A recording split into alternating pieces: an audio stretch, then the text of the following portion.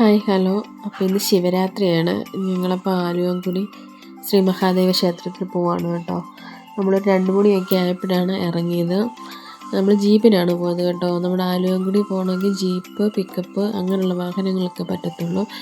മറ്റുള്ള വാഹനങ്ങളൊക്കെ കയറിപ്പോകാൻ ഭയങ്കര പാടാണ് കേട്ടോ. കാരണം റോഡ് മോശമാണ്. നേരത്തേക്ക് എൻ്റെ കൊച്ചിന് ഒരു പ്രാവശ്യം ഞാൻ പോയിട്ടുണ്ട്. അന്ന് ഭയങ്കര കുഴിയും കല്ലുമൊക്കെ ആയിരുന്നു, പോകാൻ പറ്റത്തില്ലായിരുന്നു, പാടായിരുന്നു. പക്ഷേങ്കിൽ ഇപ്പോൾ എന്ന് വെച്ചാൽ റോഡൊക്കെ കുറേയൊക്കെ മണ്ണിട്ട് നികത്തിയിട്ടുണ്ട്. പക്ഷെ ഭയങ്കര പൊടിയായിരുന്നു കേട്ടോ. മഴയൊന്നും ഇല്ലാത്തതുകൊണ്ടേ പോയവർക്കൊക്കെ ശരീരത്തിൽ ഭയങ്കര ബുദ്ധിമുട്ടായിരുന്നു കേട്ടോ, പൊടി അടിച്ചിട്ടേ. അപ്പോൾ നമ്മൾ അമ്പലത്തിലെത്തിയിട്ടുണ്ട്. പൂർണ്ണമായ കൊടുങ്കാടിനുള്ളിൽ സ്ഥിതി ചെയ്യുന്ന ഒരു കാനന ക്ഷേത്രമാണ് കേട്ടോ ആലുവൻകുടി. പത്തനംതിട്ട ജില്ലയിലെ സീതത്തോട് തണ്ണിത്തോട് ഗ്രാമപഞ്ചായത്തിൻ്റെ മധ്യത്തിലാണ് കേട്ടോ നമ്മുടെ ഈ ക്ഷേത്രം സ്ഥിതി ചെയ്യുന്നത്. നൂറ്റാണ്ടുകളോളം പഴക്കമുള്ള ഈ ക്ഷേത്രത്തിന് ഏകദേശം 2000 വർഷത്തോളം പഴക്കമുണ്ടെന്നാണ് കേട്ടോ പറയപ്പെടുന്നത്. ഒരുപാട് ഐതിഹ്യങ്ങളും ഗോത്ര ആചാരങ്ങളും നിറഞ്ഞതാണ് കേട്ടോ ആലുവൻകുടി മഹാദേവ ക്ഷേത്രം. അമ്പലത്തിൻ്റെ ഐതിഹ്യം എന്ന് പറയപ്പെടുന്നത്, ലോക നന്മയ്ക്കായി കാളകൂട വിഷം ദാനം ചെയ്യുന്ന പരമശിവനെ ഈ പ്രദേശത്ത് വെച്ച് പരശുരാമൻ പ്രത്യക്ഷപ്പെടുത്തി അനുഗ്രഹം വാങ്ങിയ ശേഷം പ്രതിഷ്ഠ നടത്തിയ പുരാതന ക്ഷേത്രമെന്നാണ് കേട്ടോ ഈ അമ്പലത്തിൻ്റെ ഐതിഹ്യം പറയുന്നത്. ആലുവൻകുടി എന്ന പേരിന് പിന്നിലെ അർത്ഥം ആനം പാലം ചെയ്യുന്നവൻ കുടിയിരിക്കുന്ന സ്ഥലം എന്നാണ് കേട്ടോ. ഇവിടെ വനപ്രദേശമായതിനാൽ വനത്താൽ ചുറ്റപ്പെട്ട് കിടക്കുന്നതിനാൽ പൂജകൾ നടത്തുന്നത് എല്ലാ മലയാള മാസം 1-ാം തീയതിയും പിന്നെ മഹാശിവരാത്രി ദിവസമാണ് കേട്ടോ. ഇവിടുത്തെ പ്രത്യേക പൂജകളും വഴിപാടുകളും ഒക്കെ.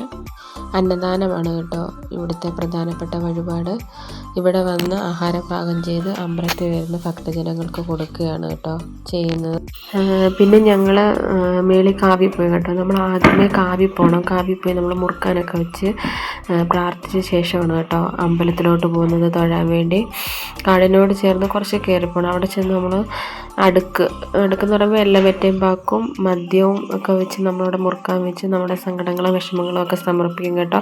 അവിടെ അത് പറയാൻ വേണ്ടി ആൾക്കാരുണ്ട് കേട്ടോ. നമ്മൾ അവരോട് ചെന്ന് കാര്യം പറയുമ്പോൾ അവർ അവരുടെ ഗോത്ര ഭാഷയിൽ, ഒരു പ്രത്യേക ഭാഷയിലാണ് കേട്ടോ അവർ അവിടെ വിളിച്ച് ചൊല്ലി പറയും നമ്മുടെ വിഷമങ്ങളും പ്രയാസങ്ങളും ഒക്കെ.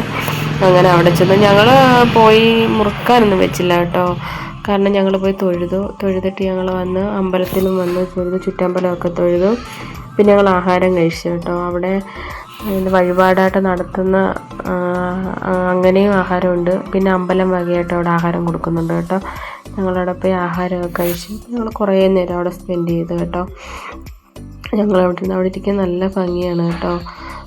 ഭംഗിയാണ്, നല്ല നമുക്കൊന്നും പോരാൻ തോന്നത്തില്ല കേട്ടോ. ഒരു പ്രാവശ്യം പോയാൽ ഒരിക്കലും മറക്കാത്ത ഒരു ക്ഷേത്രമായിരിക്കും കേട്ടോ ആലുവൻകുടി മഹാദേവ ക്ഷേത്രം.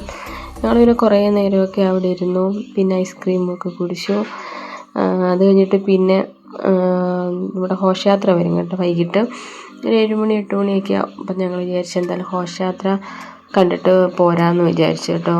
കാരണം നമ്മൾ പരിപാടി നാടൻ പാട്ട് ഡാൻസൊക്കെ ഉണ്ടായിരുന്നു. ഞങ്ങളതൊന്നും കാണാൻ നിന്നില്ല. അവിടെ ഘോഷയാത്ര കാണണമെന്നുണ്ടായിരുന്നു. അങ്ങനെ ഞങ്ങൾ കുറേ നേരമൊക്കെ അവിടെയൊക്കെ നിന്നു, ചായയൊക്കെ കുടിച്ചു. പിന്നെ ഘോഷയാത്ര കാണാനുള്ള കാത്തിരിപ്പാണ് കേട്ടോ.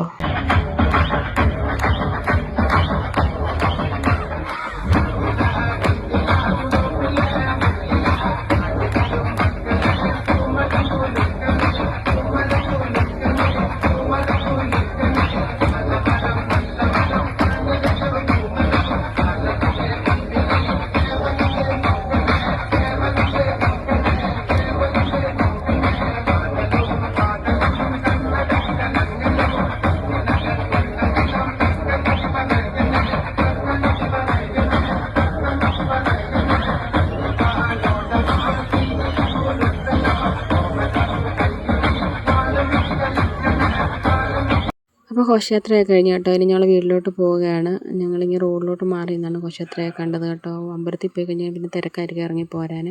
അപ്പോൾ വീഡിയോ ഇഷ്ടപ്പെട്ടാൽ എല്ലാവരുടെയും സപ്പോർട്ട് വേണം. Okay, by.